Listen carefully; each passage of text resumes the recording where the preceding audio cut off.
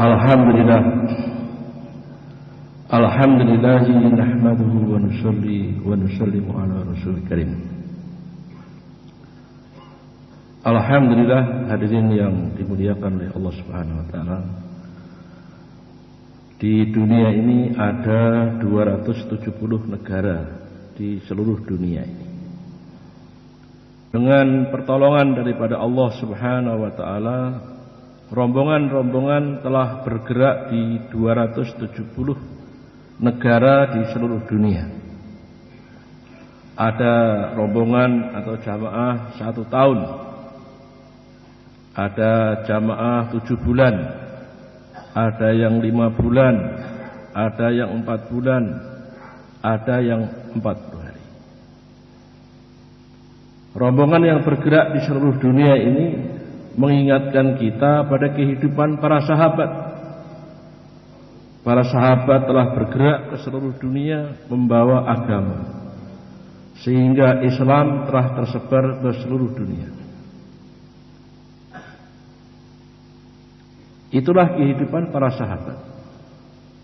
Maka di zaman sekarang ini, rombongan-rombongan yang bergerak di seluruh dunia mengingatkan kita kembali, supaya umat Islam kembali mengingat perjuangan para sahabat dalam mendakwahkan agama, di dalam berkorban untuk agama, di dalam membela daripada agama.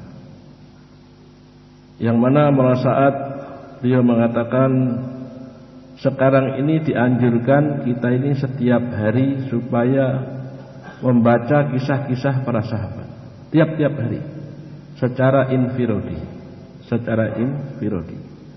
Dianjurkan membaca kitab daripada Hayatus Sahabat. Inilah merupakan rujukan daripada dakwah ini untuk mengembalikan umat ini kepada kehidupan para sahabat. Maka Maulana Ilyas rahmatullahi alaih dalam Mafrudat nasihatnya, beliau mengatakan, rombongan yang bergerak di seluruh dunia ini merupakan praktek perwujudan daripada firman Allah, kuntum khaira ummatin ukhrijat linnas ta'muruna bil ma'ruf wa tanhauna 'anil munkar wa tu'minuna billah. Kamu ini sebaik-baik umat yang dikeluarkan di tengah-tengah manusia untuk amar ma'ruf, untuk kerja dakwah. Sahabat Umar radhiyallahu anhu, Hadrat Umar radhiyallahu anhu menafsirkan dari ayat ini, Allah Subhanahu wa taala tidak berfirman antum, kamu semua, tetapi Allah Subhanahu wa taala berfirman kuntum. Jadi yang dikatakan sebaik-baik umat adalah para sahabat Nabi saja, dan orang-orang yang mengikuti jejak langkah sahabat Nabi. Jadi rombongan yang bergerak seluruh dunia ini latihan mengikuti jejak langkah para sahabat Nabi. Baru nanti akan dikatakan sebaik-baik daripada umat ini. Inilah maksudnya jamaah bergerak di seluruh dunia. Kemudian seorang ulama di India, namanya Maulana Ubaidillah rahmatullahi alaih, seorang ulama, beliau bertanya kepada Maulana Ilyas rahmatullahi alaih, kalau saya ini ikut dakwah, hasilnya itu apa? Hasilnya itu apa? Ini pertanyaan seorang ulama.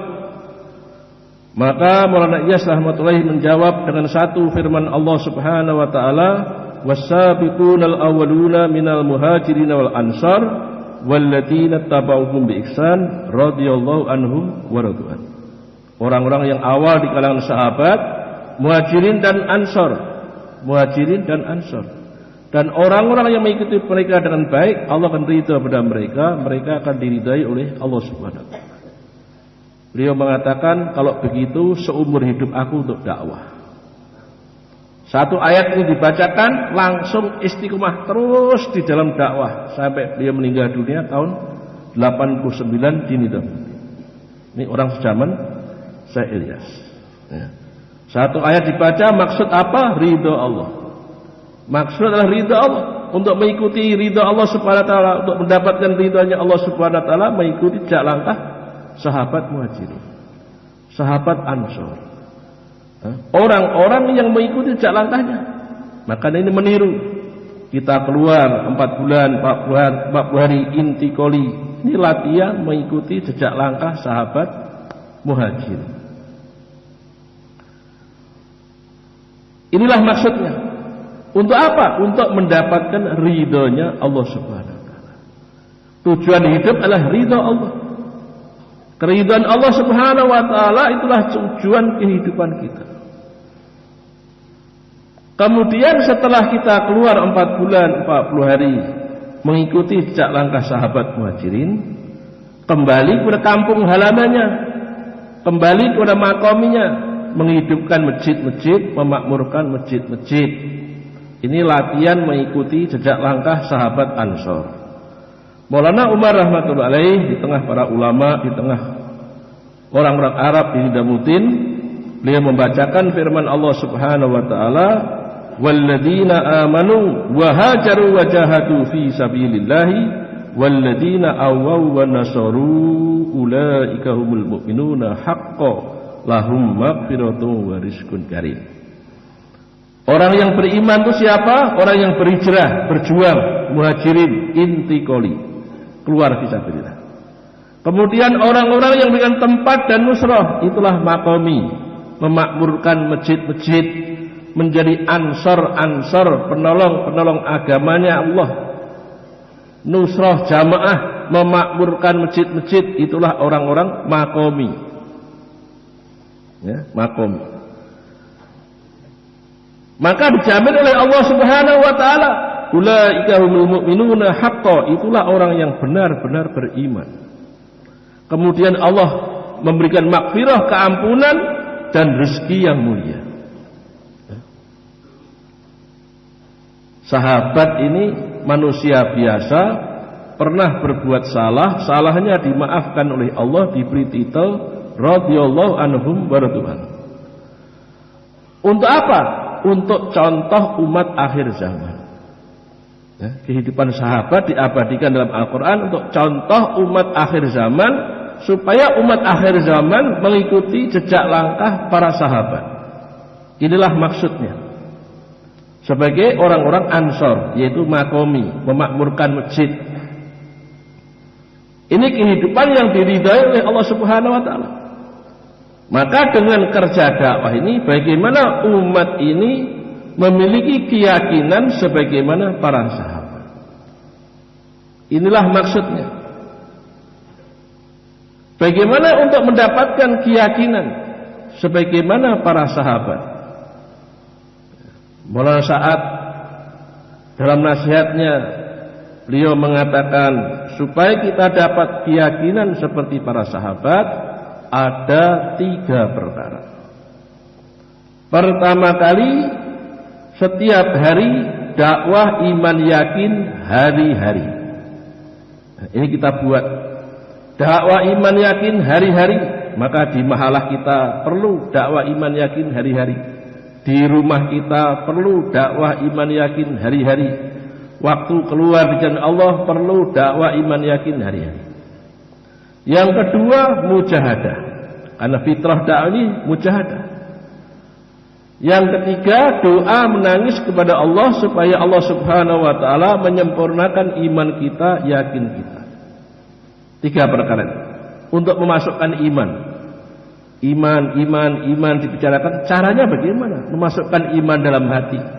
3 perkara. Dengan dakwah iman yakin.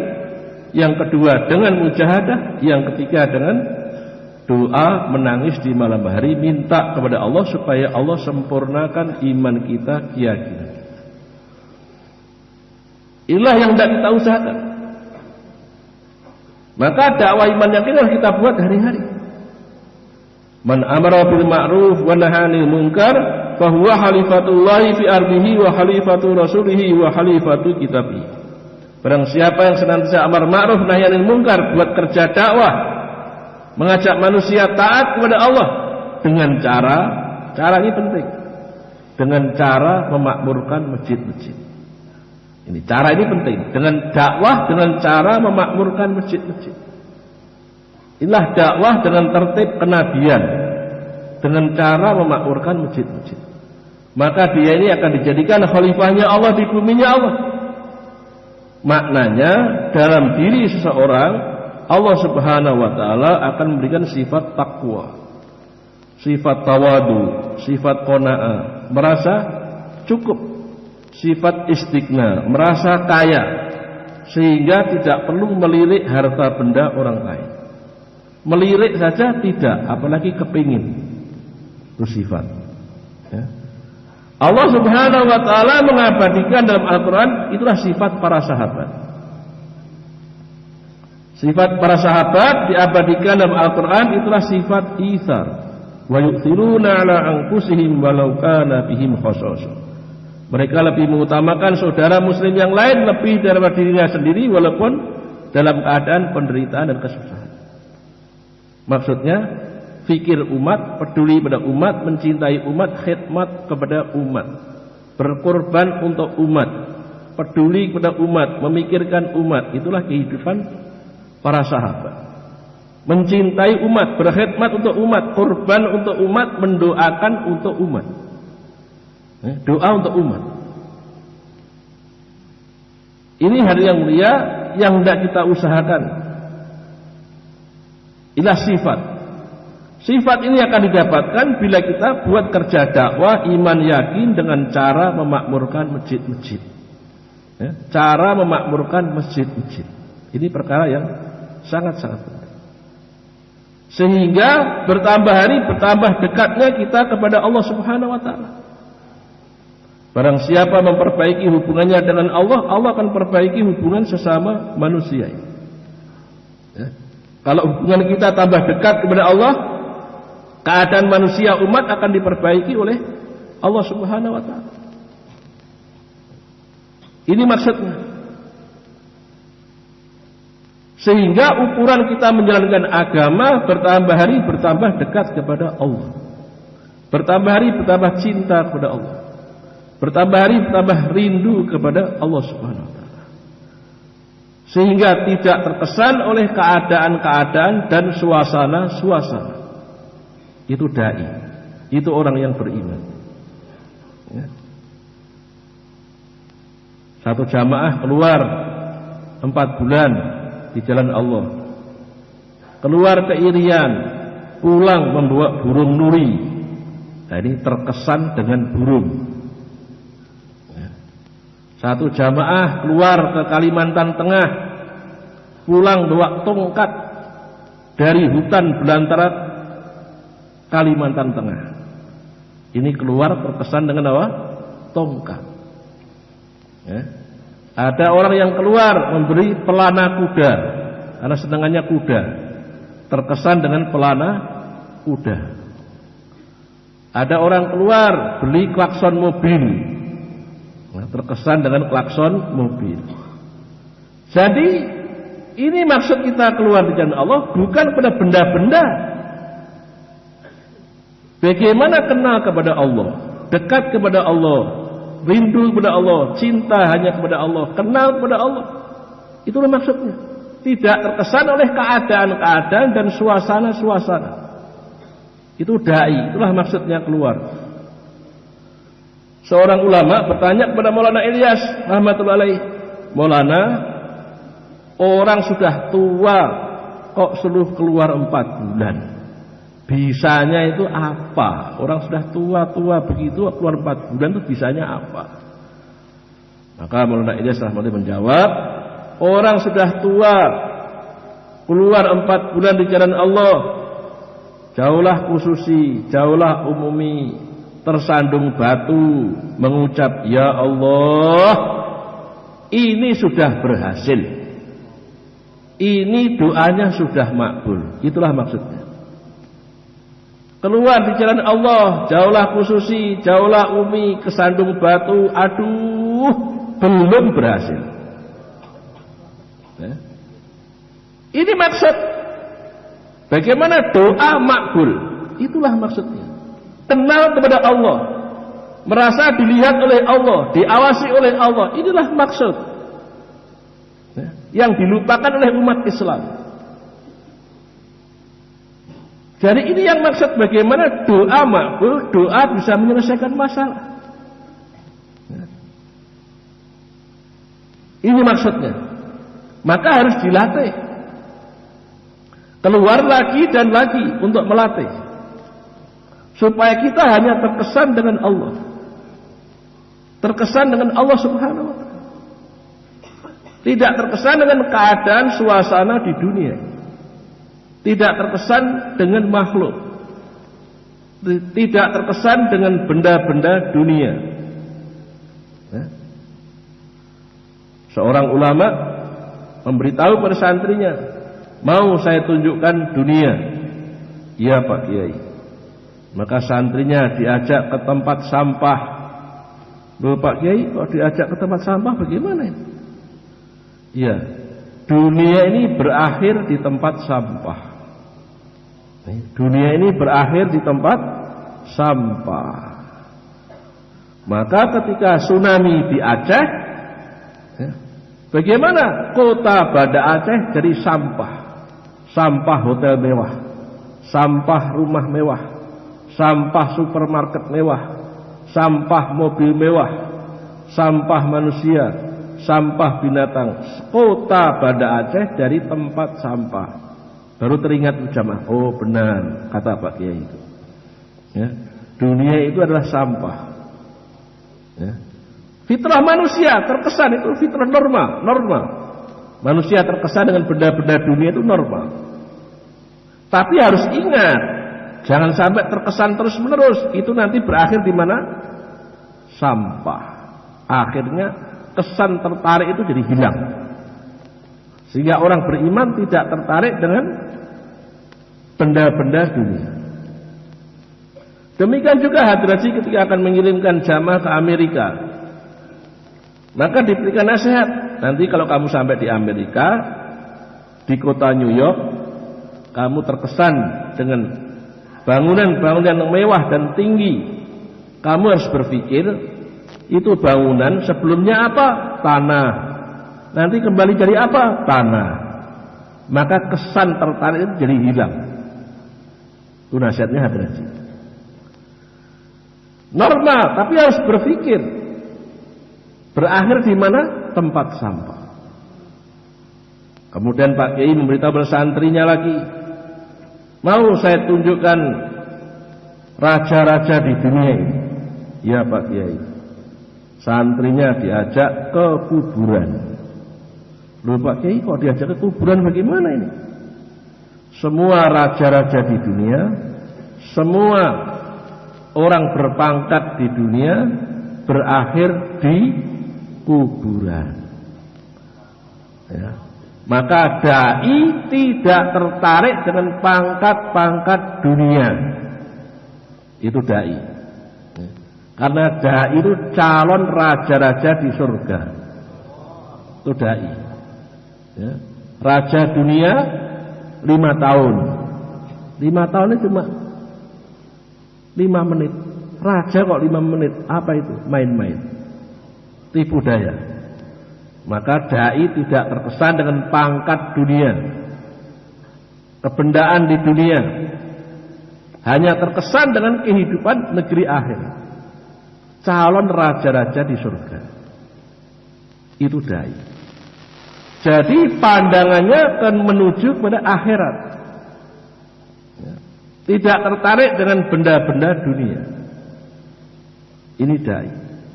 Yakin dengan janji Allah. Yakin dengan kudrat Allah, kekuatannya Allah. Seorang sahabat ada masalah. Kemudian datang kepada Nabi minta nasihat. Apa masalahnya? Ekonominya sulit. Ekonominya sulit. Sowan kepada Nabi. Nabi berikan nasihat. Kalau kamu masuk rumah, ucapkan salam, baca surat Ikhlas. Maka diamalkan sahabat. Yakin. Adab masuk rumah, ucapkan salam, baca surat Ikhlas. Diamalkan. Setelah diamalkan, beberapa saat kemudian datang nusrah ghaib. Bantuan Allah yang gaib, pertolongan Allah yang gaib.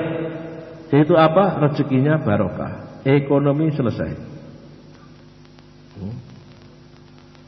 Seorang sahabat lagi ada masalah, datang kepada Nabi, ya Rasulullah, saya ini bertengkar terus dengan istri.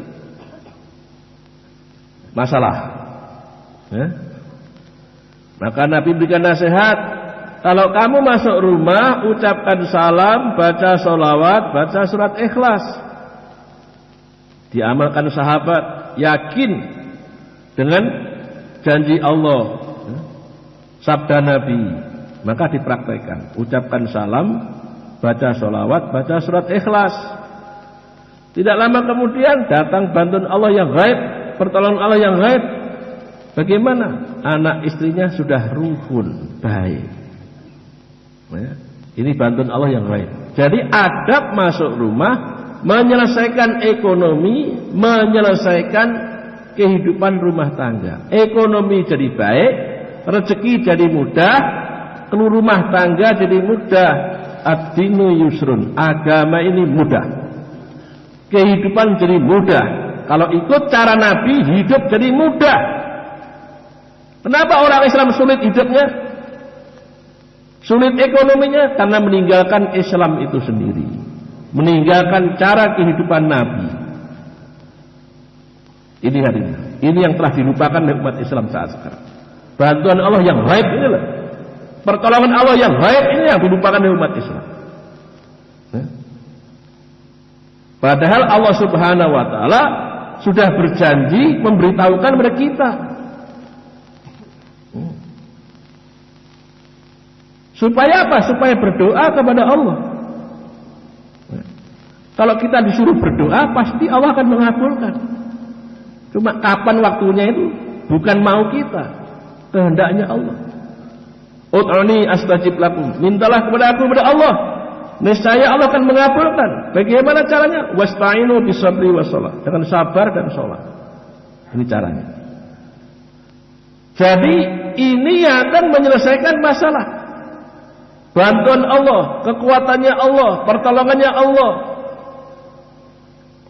Manusia sekarang sibuk dengan belajar materi, belajar kekuatan materi. Contoh sederhana, Maulana Umar berikan contoh yang sederhana, Nizamuddin.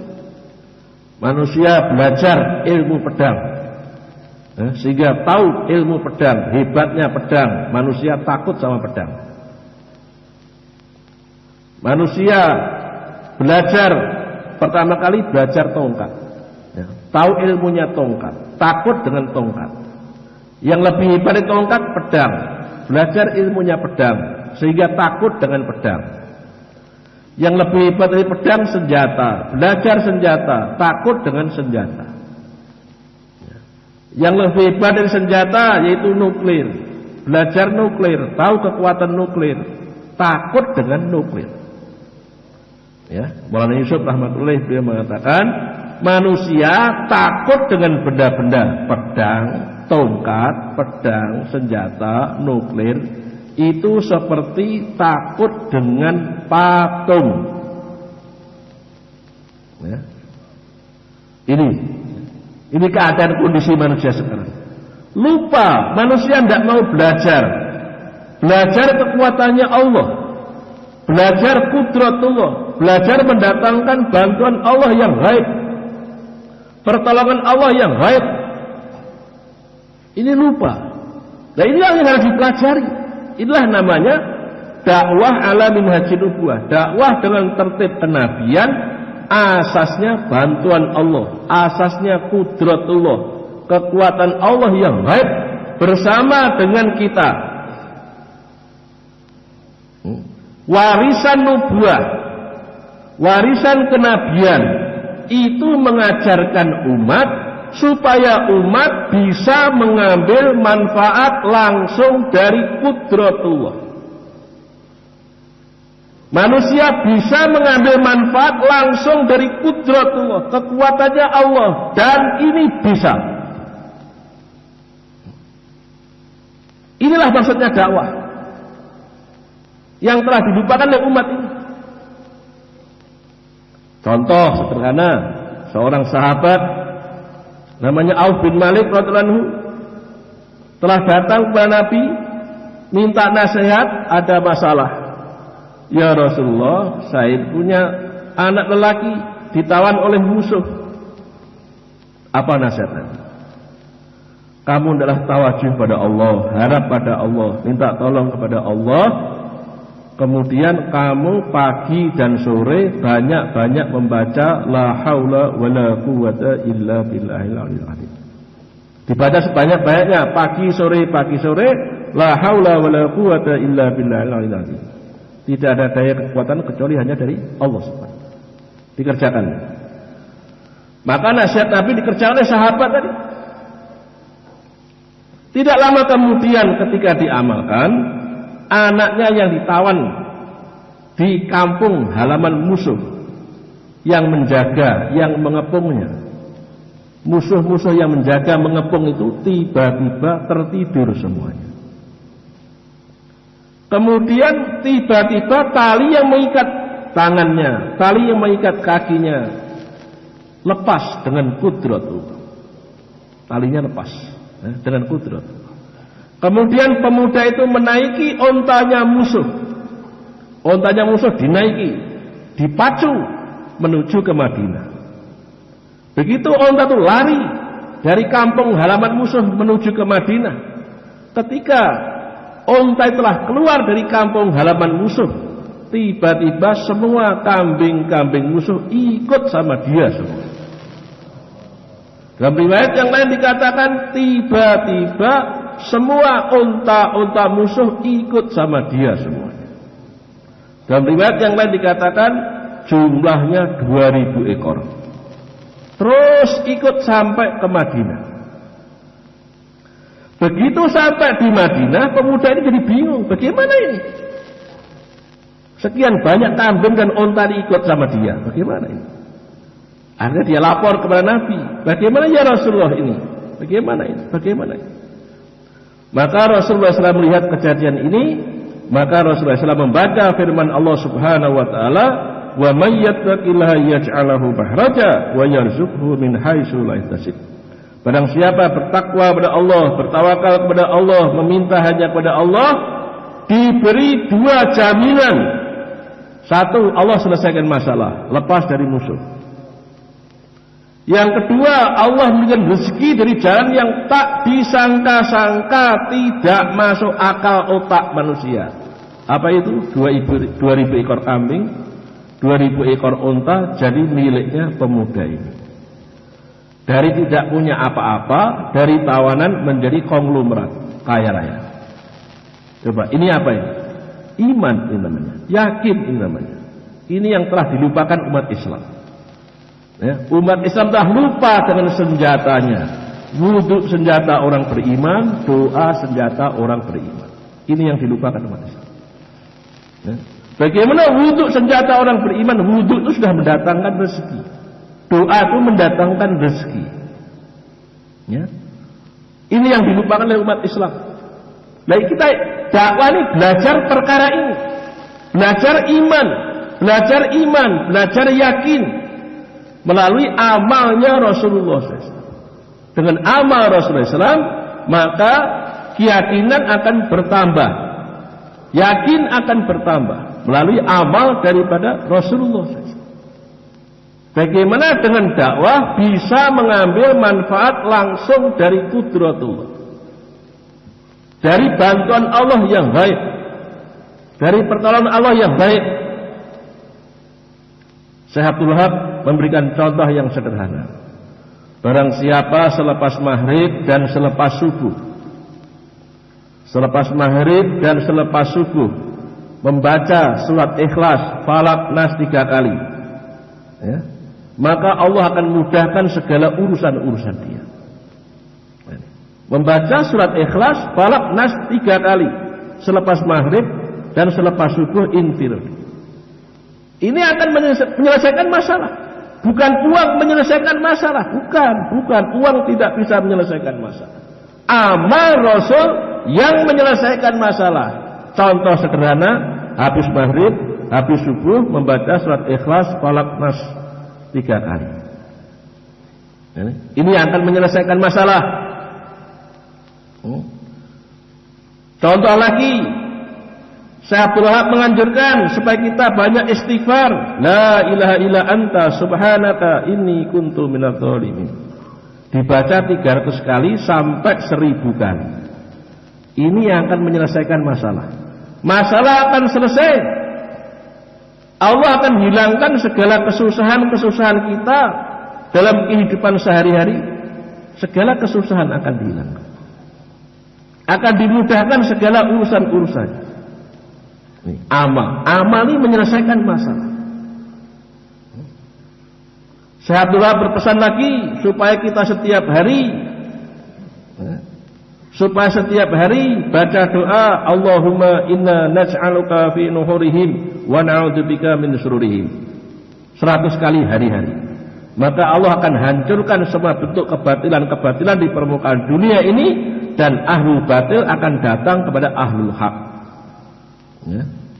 Ini cara menghapus kebatilan. Tanda perwujudan benci dengan kebatilan, dakwah dihidupkan, amal masjid dihidupkan, doa amal ini dibaca hari-hari. Ya, ini Syekh Abdullah berpesan yang akan menyelesaikan masalah-masalah. Beliau berpesan lagi, barang siapa setiap hari membaca surat Ikhlas, barang siapa tiap hari membaca surat Ikhlas 200 kali, akan dijamin oleh Allah. Pertama kali dijamin apa? Pertama kali dijamin akan menghapuskan 300 pintu kemurkaan Allah. Satu di antaranya akan terselamat daripada pintu fitnah akhir zaman. Dan akan dijadikan musuh menjadi mencintainya. Yang kedua, akan dibuka 300 pintu rahmat dan barokah. Yang ketiga, akan dibuka 300 pintu rezeki. Satu di antaranya datang dengan jalan tak disangka-sangka, tidak masuk akal otak manusia, dengan penuh kemuliaan. Seperti kita dikasih 300 toko. Seperti begitu. Ini amal yang menyelesaikan masalah, bukan mal menyelesaikan masalah. Nomor 4, Allah akan berikan ilmu hikmah. Allah akan berikan ilmu hikmah. Dai ini akan diberi ilmu hikmah, kata Hadraji. Dai ini diberi ilmu hikmah sebanyak jumlah manusia yang ada di permukaan dunia. Langsung dari Allah memberikan ilmu hikmah sesuai dengan masyarakat yang dihadapi.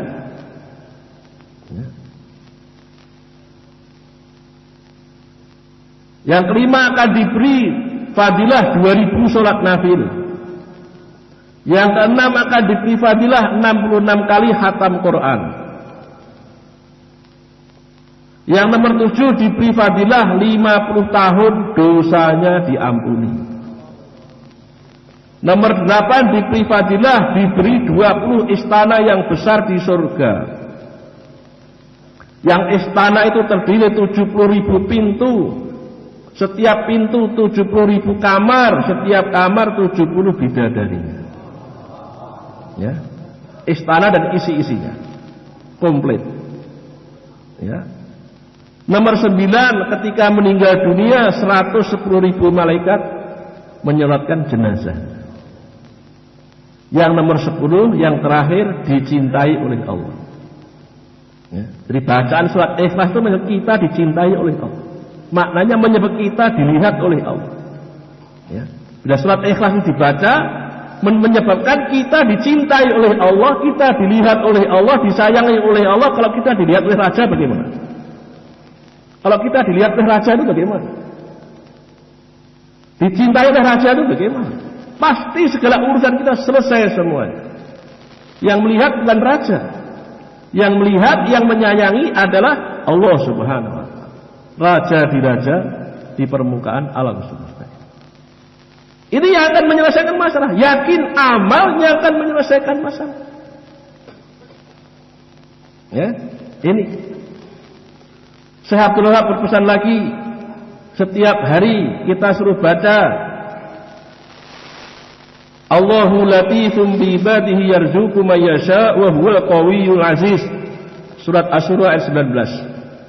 Dibaca hari-hari 80 kali, maka Allah Subhanahu wa taala akan mudahkan kita pergi ke seluruh dunia dan rezeki kita tidak pernah kering. Ya. Kita akan menyambut takazah dunia, takazah seluruh alam, dan rezeki kita tidak pernah kering. Ini jamaah yang bergerak di 270 negara di dunia ini dibekali ayat ini oleh Syekh Abdul Wahab. Ini bekalnya dai. Ya. Ini yang dilupakan oleh umat Islam. Kekuatan nusratullah ghaibiyah, bantuan Allah yang gaib akan datang yang dilupakan. Maka inilah maksudnya dakwah, mengembalikan umat Islam, menyadarkan umat Islam bahwa amal, doa, cara kehidupan Nabi ini yang mendatangkan kudrat, bantuan Allah yang gaib.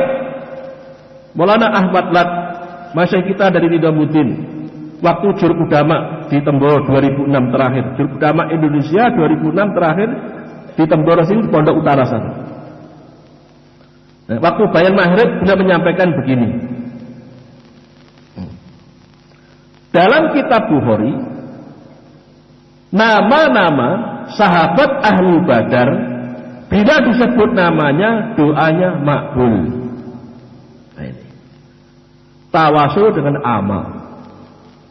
Dalam kitab ayat sahabat, dalam kisah-kisah sahabat di fadilah amal itu ada contoh, ada di situ. Seorang sahabat namanya Zubair. Zubair ini seorang dermawan, dipercaya, berpesan kepada anaknya namanya Abdullah, wahai anakku Abdullah, nanti kalau saya mati masih punya hutang, kamu mintalah kepada majikan saya, tuan saya. Maka betul setelah Zubair meninggal, anaknya Abdullah bertanya kepada sahabat-sahabat, siapa tuannya Zubair itu, siapa majikannya Zubair itu, siapa? Tanya sana sini, tanya sana sini, akhirnya baru paham.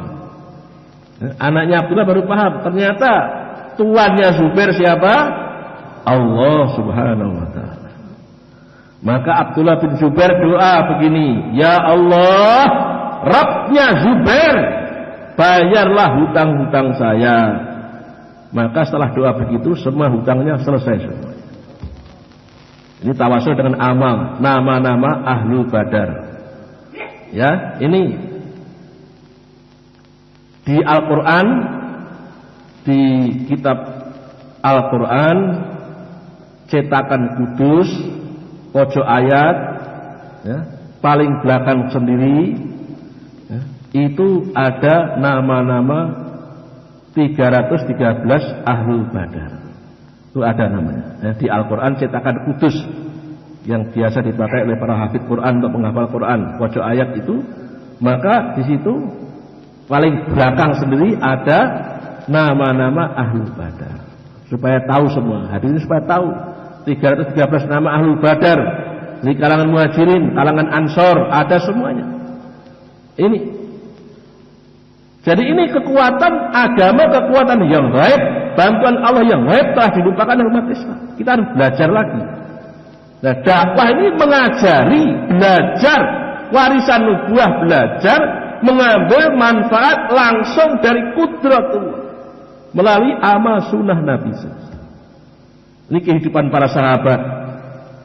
Ya. Maulana Umar memberikan contoh begini.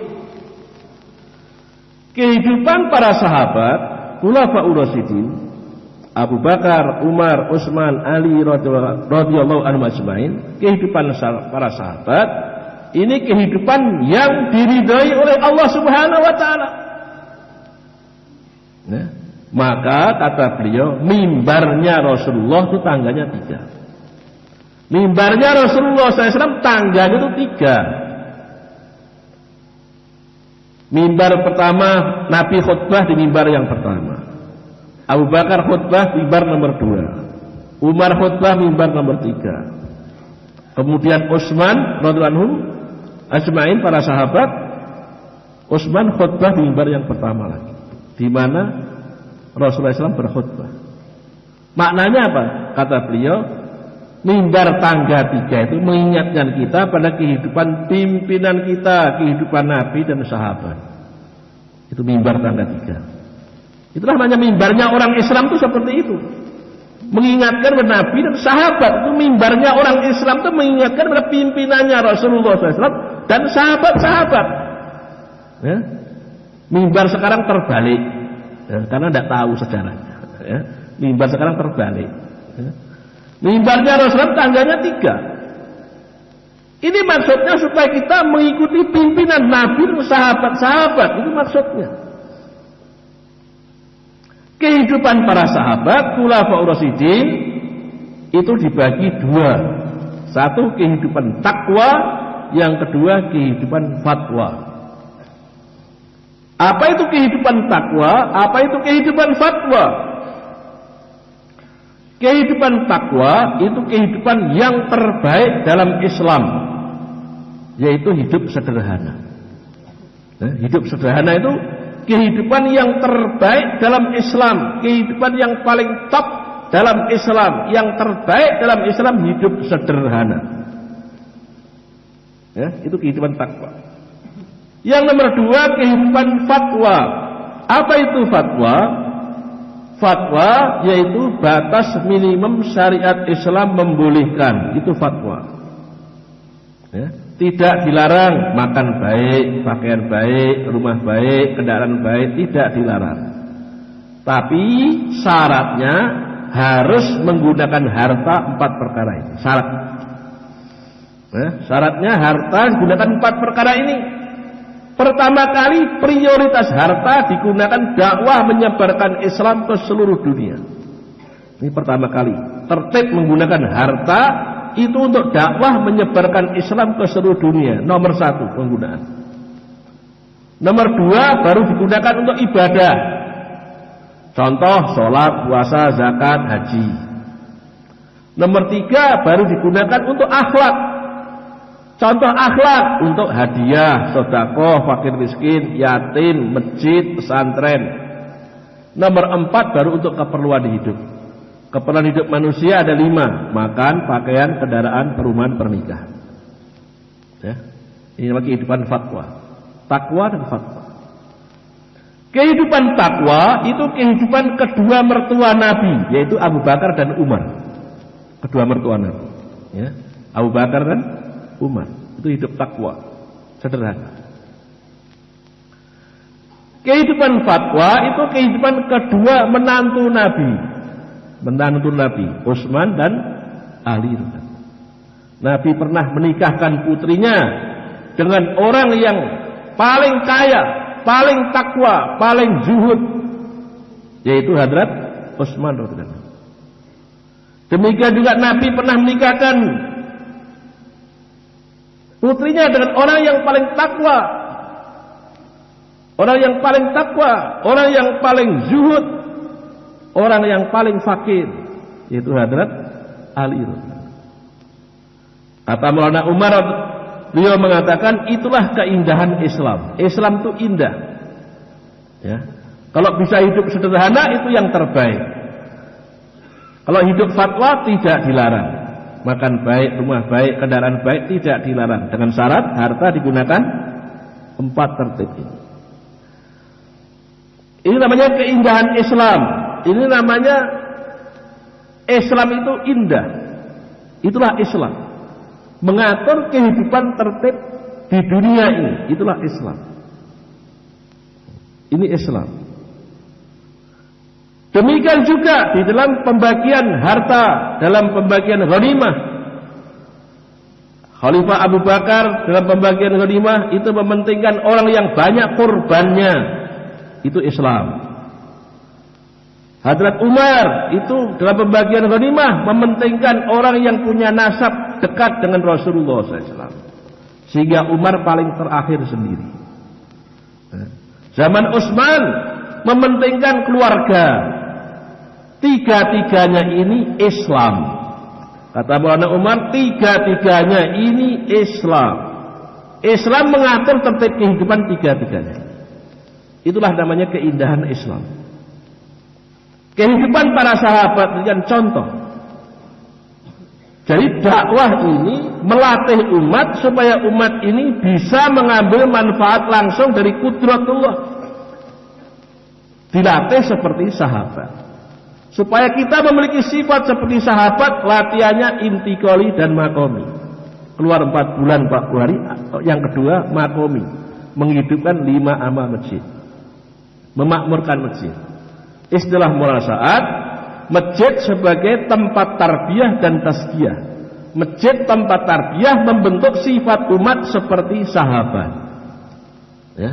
Masjid ini tempat tarbiyah membentuk sifat seperti sahabat. Amal masjid, amal hak itu tetap, tidak ada perubahan apa-apa. Amal pasar, dunia teknologi itu berubah-berubah, inovasi tiada henti. Itu dunia teknologi. Ya. Maka digambarkan oleh beliau, perkara hak itu seperti tanaman. Tanaman itu bertambah, tapi pelan-pelan. Ya. Tanaman itu tanah yang sama, air yang sama, sengatan matahari yang sama, kedinginan malam yang sama. Ya. Tanah yang sama, air yang sama, ya. Kedinginan malam yang sama, sengatan matahari yang sama. Bertahun-tahun diulang-ulang, akhirnya tanaman itu besar, akhirnya berbuah. Buah itu kalau masih muda pahit. Buah masih muda pahit, kepanasan, kedinginan, terus berulang-ulang, akhirnya buah itu besar dan manis. Manisnya buah itulah namanya ikhlas. Jadi mendapatkan sifat ikhlas itu bertahun-tahun amal yang sama, kedinginan malam, sengatan matahari, kedinginan malam, sengatan matahari. Kurma itu semakin panas udaranya, semakin manis itu buah kurma. Semakin dingin itu apel, semakin manis itu buah apel. Ya.